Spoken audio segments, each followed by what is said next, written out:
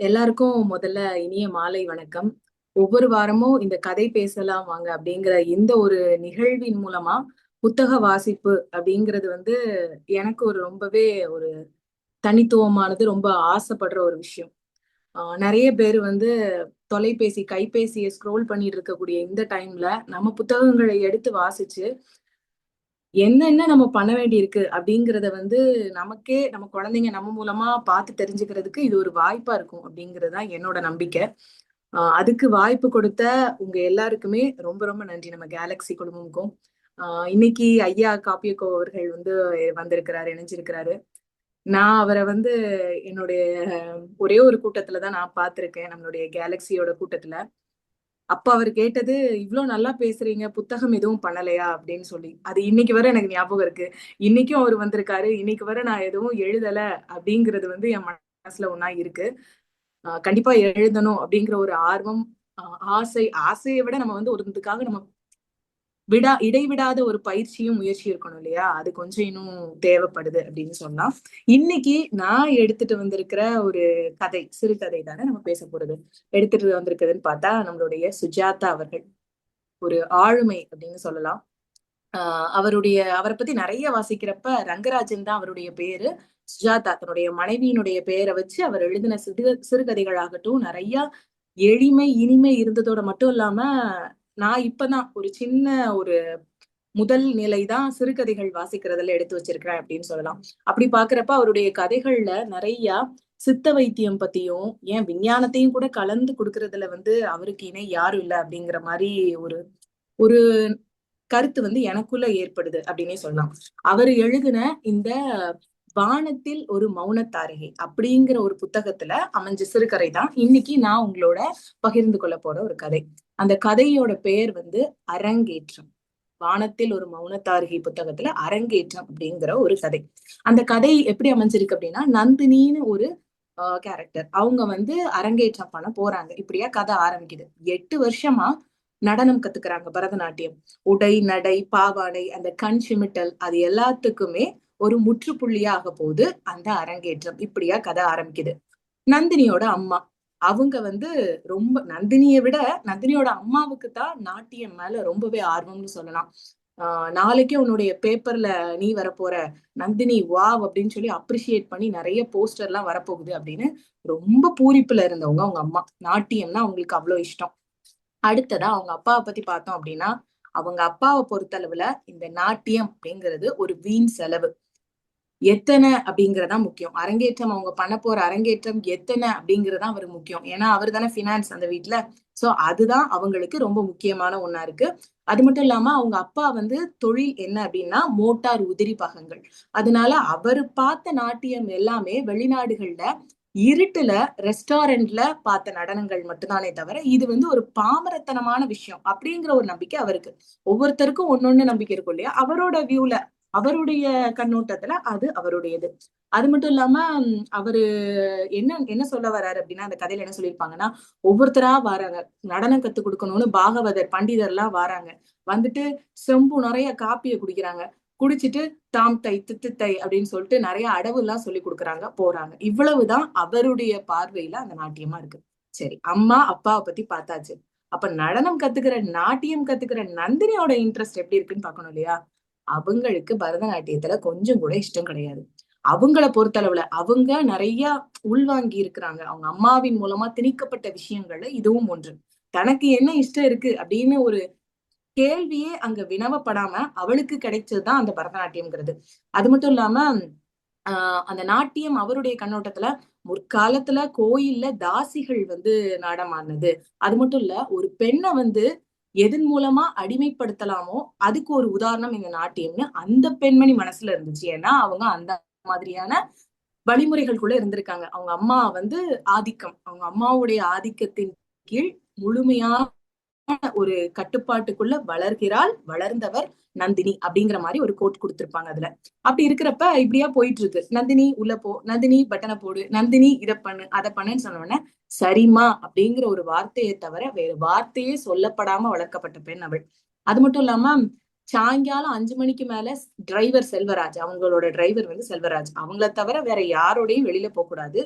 அப்பாவே கூப்பிட்டாலும் நைட் ஷோக்கு போக கூடாது. இந்த மாதிரி நிறைய ரெஸ்ட்ரிக்ஷன்கள் நந்தினியோட அம்மா வந்து கொடுத்திருக்காங்க. அது மட்டும் இல்லாம நம்ம இன்னைக்கு நான் வந்து ஒரு ஆசிரியரா பாக்குற விஷயம், நிறைய பிள்ளைங்க ரெண்டாம் வகுப்பு 1ஆம் வகுப்பு படிக்கும். அத்தனை வகுப்புகள் வச்சிருப்பாங்க. பள்ளி அதே மாதிரி இங்கேயும் நடக்குது. நந்தினி காலேஜுக்கு போற ஒரு பொண்ணு. காலையில பார்த்தோம்னா அதிகாலையிலேயே 2 வகுப்பு, பாட்டு வகுப்பு. காலங்காத்தாலே வந்துருவாங்களாம் பாடல் சொல்லி கொடுக்குறவங்க. வந்து செம்பு நிறைய காஃபி, வெள்ளி கிண்ணத்துல காஃபி குடிச்சிட்டு வெற்றிலை பாக்கு போட்டு, இப்படியா கதை வந்து அவர் எக்ஸ்பிளைன் பண்ணியிருக்காரு சுஜாதா. செம்பு நிறைய காஃபி குடிச்சிட்டு வெத்திலை பாக்கு போட்டு துப்பிட்டு மாடியில இருந்து அவர் கிளம்பின பிற்பாடே 1 வருஷமா கத்துத்தராராம். கத்துத்தர அந்த 1 வருஷமும் சில பாடல் நுணுக்கங்களை தவிர வேற எதையும் தாண்டவே இல்லை. ஆனா டெய்லி ஒரு ரொட்டீன். அவங்க வீட்டுல கொடுக்குற செம்பு நிறைய காப்பி போகுது, பாக்கு போட்டு துப்புறது. அவர் போன கையோட அடுத்ததா ஒருத்தர் வராரு சைக்கிள்ல. அவர் யாருன்னா டிராயிங் மாஸ்டர். வரைபடம் வரைய சொல்லி கொடுக்குறவங்க. அவராது 1 வருஷம் காலேஜ் படிக்கிற அந்த பொண்ணுக்கு என்ன கத்து கொடுத்தாரு? வட்டம், சதுரம், இதுல தவிர தாண்டவே இல்லை.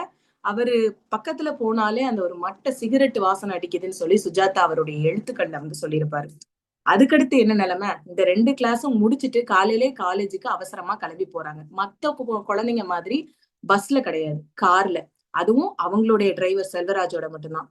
மத்தவங்க மாதிரி ஜீன்ஸ் பேண்ட் டிஷர்ட் கிடையாது நம்மளுடைய நந்தினிக்கு. பாவாடை தாவாணி, கழுத்து வர உள்ள பட்டன் வச்ச சட்டை, அதுவும் வெயில் காலத்துல நைலக்ஸ் துணினா சொல்லவே வேண்டாம், அந்த மாதிரி எக்ஸ்பிரஸ் பண்ணியிருக்காங்க. அது மட்டும் இல்லாம மத்த எல்லாரும் கேண்டீன்ல வாங்கி சாப்பிடுறப்ப நந்தினிக்கு மட்டும் பெரிய டிஃபன் பாக்ஸ் நிறைய வருமா. கேண்டீன்ல சாப்பிட அலௌடு இல்ல. அங்கேயும் கட் பண்ணிட்டாங்க அவங்க அம்மா எல்லா விஷயத்தையும். டிரைவர் செல்வராஜ் தான் கொண்டு போய் அந்த இடைவேளை நேரத்திலையும் கொண்டு போய் கொடுப்பாங்க, அதைத்தான் சாப்பிடணும். சரி, காலையில தான் அதிகாலையில எழுப்பி விட்டாங்க. 2 கிளாஸ் வச்சாங்க, பாட்டு கிளாஸ், டிராயிங் கிளாஸ், கொஞ்சம் கூட தாண்டல. சரி, சாயங்காலம் வந்தாவது ஃப்ரீயா இருப்பாங்கன்னு நான் கதை படிக்கப்போ நினைக்கிறேன். ஒரு ஆசிரியரா என்னோட ஏக்கம், சரி இந்த பிள்ளைய இப்பவாவது ஃப்ரீயா விடுவாங்க அப்படின்ட்டு.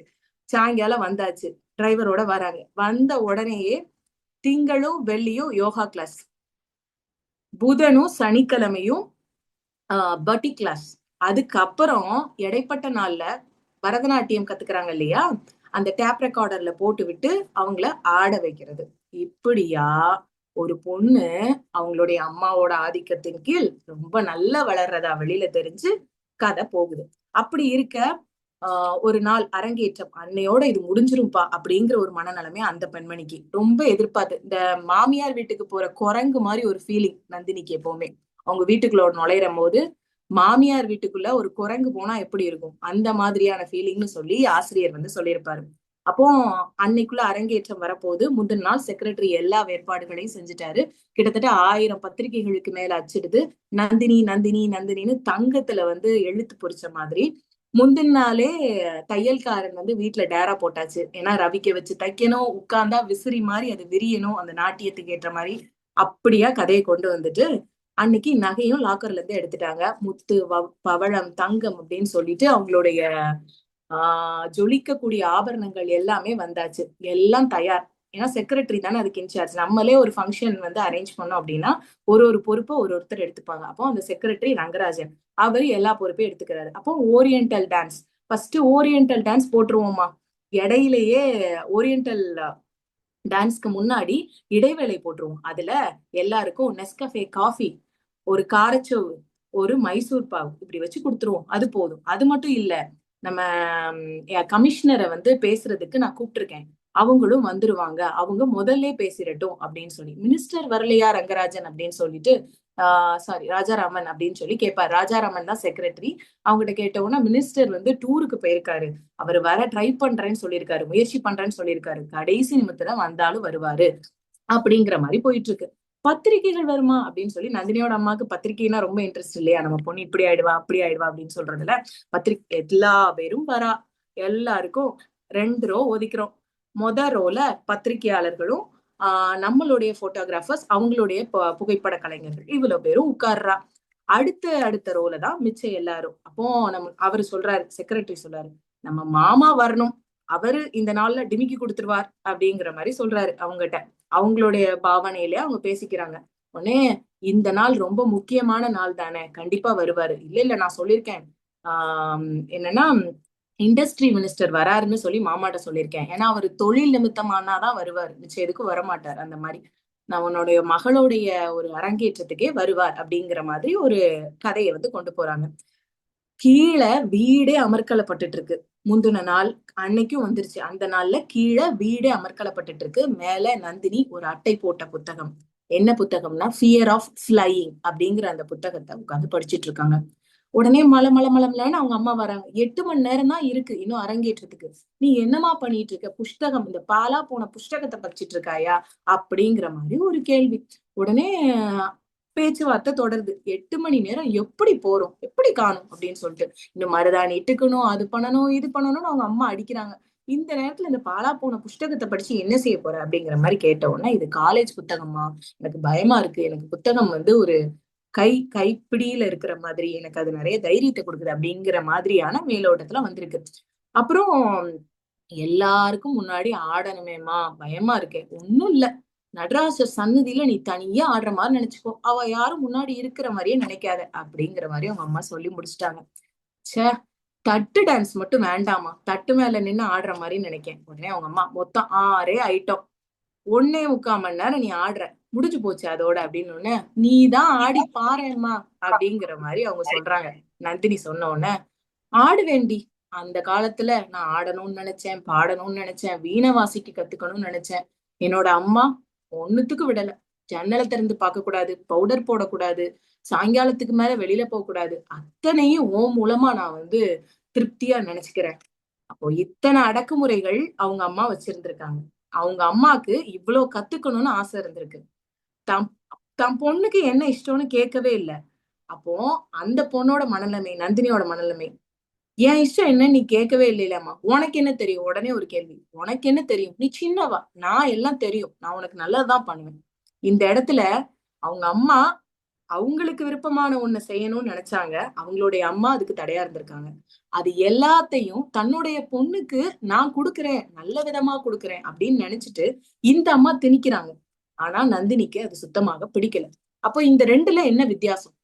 அவங்க அம்மா அடக்குமுறைகளுக்குள்ள, கட்டுப்பாடுகளுக்குள்ள வளர்ந்ததுக்கும், இந்த பொண்ணு தான் என்ன இஷ்டம்னே கேட்காம இத்தனை கிளாஸ், வரைபட கிளாஸ், பாட்டு கிளாஸ், யோகா கிளாஸ், அது மட்டும் இல்லாம தாம் தை தத்தைன்ட்டு அவரு நட்டுவனார் வீட்டுல போய் கத்துக்கிறது, இவ்வளவும் நிகழ்த்திட்டு இருக்கு. இங்க ஒண்ணு நமக்கு சுதந்திரமா கொடுக்கப்படுதுன்னு நினைக்கிறாங்க. ஆனா அந்த சுதந்திரம் அந்த பெண்ணுக்கு பிடிக்குதா இல்லையா அப்படிங்கிற அந்த கேள்வியே இல்ல. அன்னைக்கு வந்துச்சு, அந்த அரங்கேற்றம் நாளும் வந்துச்சு. 7 மணி ஆச்சு. ஆனா அங்க யாருமே கூட்டம் கூடல. 6:45 ஆச்சு. வந்துருவாங்க எல்லாரும் அப்படின்னு ஒரு நம்பிக்கை. திரைக்கு பின்னாடி அந்த குழந்தை வந்து உட்கார்ந்துருக்கா. நாட்டியங்கள் எல்லாரும் ரெடி ஆயிட்டாங்க. கச்சேரி பண்ற எல்லாருமே ரெடி ஆயிட்டாங்க. திரைக்கு பின்னால் எல்லாம் ரெடி ஆயிருக்கும் போது காத்து, ஃபேனு கிட்ட காத்து வர்ற மாதிரி, ஏன்னா மேக்கப் எல்லாம் கலைஞ்சிடக்கூடாதுல்ல, அந்த நிமிஷம் வரையும் பின்னாடி நறுக்கு நறுக்குன்னு தச்சிட்டு இருக்காங்க. பின்னாடி கொஞ்சம் கருப்பு கலர், கொஞ்சம் நெற்றியில ஒரு பிறை மாதிரி ஒண்ணு, நெத்திச்சூடி, கையில போடுற அந்த நெழி, வளையல், இடுப்புல ஒட்டியானம் அப்படின்னு அழகா வர்ணிச்சுக்கிட்டே வராரு சுஜாதா. வர்ணிச்சுக்கிட்டே வரும்போது இத்தனையும் நடந்துட்டு இருக்கு. அப்பா அவங்க அப்பா வராங்க. வந்துட்டு டைரக்டா ஸ்டேஜுக்கு தான் வராங்க. வந்துட்டு, hello Nandini, how are you, how to you feel அப்படின்னு சொல்லி அவங்க அப்பா வந்து கேக்குறாங்க அவர்ட்ட. அதுக்கு நந்தினி வந்து பதில் சொல்றதுக்கு முன்னாடியே ஒரு மாதிரி நந்தினி சிரிக்கிறா. ஏன் ஒரு மாதிரி இருக்கு அப்படின்னு அவங்க அப்பா கேட்கறதுக்கு முன்னாடி அவங்க அம்மா அங்க இருந்து பாஞ்சிட்டு வந்துடுறாங்க. ஏன்னா நந்தினிக்கு பயமா இருக்கு. அவளுக்கு இது பிடிக்கவும் இல்ல. இருந்தாலும் இதுதான் கடைசி நாள்பா, இன்னையோட எல்லாத்துக்கும் ஒரு முற்றுப்புள்ளி, அரங்கேற்றம் பண்ணிட்டா முடிஞ்சு போச்சு இல்லையா அப்படிங்கிற மாதிரி. ஒரு மாதிரி இல்ல, அவ ஒண்ணும் இல்ல, சரியாத்தான் இருக்கா. சில நேரம் நிறைய அம்மாக்கள் இப்படிதானே, அப்பா ஒண்ணு கேட்க வந்தா அம்மாக்கள் புகுந்துட்டு, ஒண்ணும் இல்ல, கரெக்டா தான் இருக்கு அப்படின்ட்டு அமர்த்தி வச்சிருவாங்க. சோ வாசல்ல கமிஷனர் வராரு, நீங்க போய் நில்லுங்க அப்படின்னு சொல்லிட்டு எல்லா ப்ரொசீஜரும் நடந்துட்டு இருக்கு. அப்பாவுக்கு வந்து அம்மா சொல்றாங்க, என் கண்ணே பற்றும் போல இருக்கு, அவ்வளவு அழகா இருக்கு அப்படின்னு சொல்லிட்டு. உம்மிடியா இருக்காடே, நகைக்கடை மாதிரி இருக்கேன், நகைக்கடை பொம்மை மாதிரி இருக்கேன் மானா அப்படின்னு சொல்லி அவ சொல்லிட்டா. அப்போ பக்கத்துல உள்ள வாத்தியார் கேட்காரு, வர்ணத்தை திறநடையில எடுத்துடலாமா அப்படின்னு கேக்குறப்ப, நீங்க எந்த நடையில வேணாலும் எடுங்க, ஏன்னா அவளுக்கு அதுல இன்ட்ரெஸ்டே இல்ல. அப்ப பகுமர்கள் எல்லாம் வந்துட்டு இருக்காங்க. கதையோட கிளைமேக்ஸ் தான் வந்து வேற லெவல். கிளைமேக்ஸ் வந்தாச்சு. சோ எல்லாருமே உட்கார்ந்தாச்சு. கமிஷனரும் வந்துட்டாங்க, பேச ஆரம்பிக்காங்க. அதுக்குள்ள இன்னும் கொஞ்சம் டைம் இருக்கு அப்படின்னு சொல்லிட்டு 1, 2 பிளாஷ் அங்கங்க பத்திரிகையாளர்கள் வந்து எடுக்கிறாங்க, பழிச்சிருது. இப்படியா கதை போயிட்டு இருக்கப்ப கமிஷனர் மைக்க ஒரு தட்டு தட்டி பேச ஆரம்பிக்கிறார். பரதநாட்டியம் ஒரு புராதனமான கலை. நான் சமீபத்துலதான் நாராயண மேனன் பத்தி பார்த்தேன். நிறைய கட்டுரை எழுதினார், அதை படிச்சேன் அப்படின்னு பேசிட்டு இருக்கப்போ நந்தினி ஜல் ஜல்னு நடந்து வராங்க. எங்க போறீங்க அப்படின்னு. எனக்கு கொஞ்ச நேரம் இருக்கு, பாத்ரூம் போறேன், இன்னும் டைம் இருக்குல்ல அப்படின்னு சொல்லிட்டு நந்தினி போறாங்க மெதுவா. அரங்கேற்றமே அவங்கள வச்சுதான் பண்ண போகுது. பாத்ரூமுக்கு போறாங்க. அங்க கர்நாடக சங்கீதம் சந்தத்துக்கு இடையில சவுண்ட் கேட்டுட்டே இருக்கு. அவரு கமிஷனர் பேசுறதும் கேட்டுட்டே இருக்கு. அந்த கதவு, ஒரு பாத்ரூம்ல அவருடைய சலங்கைகளை கழட்டி வச்சாச்சு. ஒரு சிறிய இடம் இருந்துச்சு. ஆஸ்பெட்டாஸ் தடுப்பு அதுல இருந்துச்சு. ஒரு தொற்றல் கதவு இருக்கு. வெளியில இருந்து ஒரு பிரவேசம் சுத்தம் செய்ய வருபவர்களுக்காக இருக்கு. இவ்வளவும் இருக்கு. கலாச்சாரத்துல நம் நாடு மிகவும் பணக்கார நாடு அப்படின்னு சொல்லி கமிஷனர் பேசுறது கேட்டுட்டு இருக்கு. அந்த கதவு அவர் எதிர்பார்த்தபடியே திறந்து இருக்கு. வெளியே வந்தாச்சு. வெளியே செல்வராஜ் நின்னுட்டு இருக்காரு. இந்த செல்வராஜ் யாரு? அவங்களுடைய கார் டிரைவர். செல்வராஜ் நின்னுட்டு இருக்காங்க. போறாங்க. போய் டிரைவர் செல்வராஜ் கார்ல ஏற இவள் அவள் அருகில் உட்கார அவன் மேல் தலை சாய்கிறாள். அப்போ இதுல இருந்து அவங்க ரெண்டு பேரும், ஏன்னா இந்த செல்வராஜை தவிர வேற யார்கிட்டயுமே இவளை பேச விடல. அவர்தான் எல்லா இடத்துலயும் கூட்டு போயிட்டு வந்துட்டு இருக்காரு ஒரு அடக்குமுறைக்கு இடையில. அப்போ எல்லாம் முடியுது. அந்த காரும் அவள் நினைச்சபடி புறப்படுது. கலாச்சார உணர்வை வளர்க்கறது மட்டும் இல்லாம ஒரு நல்ல தேக பயிற்சி பரதநாட்டியம் அப்படின்னு அவரு பேசிட்டு இருக்காரு. கார் விரைஞ்சிருச்சு. நந்தினி செல்வராஜோட தோல்ல தலை சாஞ்சிட்டே கண்ணாடியில தொங்கிய பொம்மையோட கை கால் ஆட்டி அப்படின்ட்டு சொல்லி அந்த பொம்மை, கார்ல தொங்குற பொம்மையோட கால் கை நீட்டி அவ அவ்வளோ ஒரு வேகத்துல மன உளைச்சல் இருந்திருக்கா. புறப்படுது. அந்த திரை திறந்தது, அரங்கேற்றத்தினுடைய திரை திறந்தது அப்படின்னு சொல்லி முடிக்கிறாங்க கதைய சுஜாதா அவர்கள். எனக்கே அப்படியே ஒரு ஒரு ஜெர்க் ஆயிருச்சு. அத்தனை பேரை கூப்பிட்டு இருக்காங்க, 1200 பத்திரிகை கிட்ட கொடுத்திருக்காங்க, எல்லாம் செஞ்சிருக்காங்க. அவங்க வெளியில தப்பிச்சு போவாங்கன்னு நான் நினைச்சேன். இந்த கதையை படிக்கிறப்ப ஒரு இறுதியில இவ்வளோ ஒரு இதுக்கு இடையில ஒரு பயப்படுறேன்னு சொல்லுற பிள்ளைகிட்ட என்னன்னு கூட காது கொடுத்து கேட்காம, மேபி அவங்க அந்த அம்மா பேசியிருக்கலாம். கலந்து பேசி இப்படிதாம்மா இவ்வளவுதாம்மா, சரி அவங்களுக்கு இந்த தட்டு டான்ஸ் எல்லாம் பிடிக்கல, அப்ப அதெல்லாம் எடுத்துடலாம், இவ்வளவும் பண்ணிருக்கலாம். கொஞ்சம் அவங்க அப்பாவாவது பேச வந்தாங்க, அதையும் விட்டுருக்கலாம். எதுவுமே அங்க அவங்களுக்கு ஆப்ஷன் இல்லை. அப்படிங்கிறப்ப அந்த குழந்தையோட மனநிலையை ஒரு ஆசிரியரா நினைச்சு பார்த்தோம்னா, அவங்க சொன்ன மாதிரிதான், மாமியார் வீட்டுக்கு குரங்கு போய் உட்கார்ந்தா எப்படி இருக்கும், அந்த மாதிரி ஒரு மனநிலைமையில தான் அடையல, தான் பொண்ணை வச்சு அதை அடைஞ்சுக்கலாம் அப்படிங்கிற ஒரு மனநிலைமையில அந்த அம்மா இவங்களுக்கு என்ன இஷ்டம்னு புரியாமலே வளர்ந்துருக்காங்க. இப்படியா அந்த கதை முடியறப்ப சுஜாதா அவர்கள் என்னென்ன மாதிரி எல்லாம் ஒரு கதையை கொண்டு வருவார் அப்படின்னு நினைக்கும் போதே ஆசையா இருக்கு அடுத்தடுத்து என்ன படிக்கணும்ட்டு. ரொம்ப நிறைய கருத்துக்கள் இதுக்குள்ள இருக்கு. ஆழமா யோசிச்சு பார்த்தா இந்த கதை பேசுறதுக்கு, ஒரு படிக்கிறதுக்கு ஒரு தளமா அமைஞ்ச இந்த நம்ம கேலக்ஸி குடும்பமுக்கும் இந்த கதை பேசலாம் வாங்க அதுக்கும் ரொம்ப நன்றி.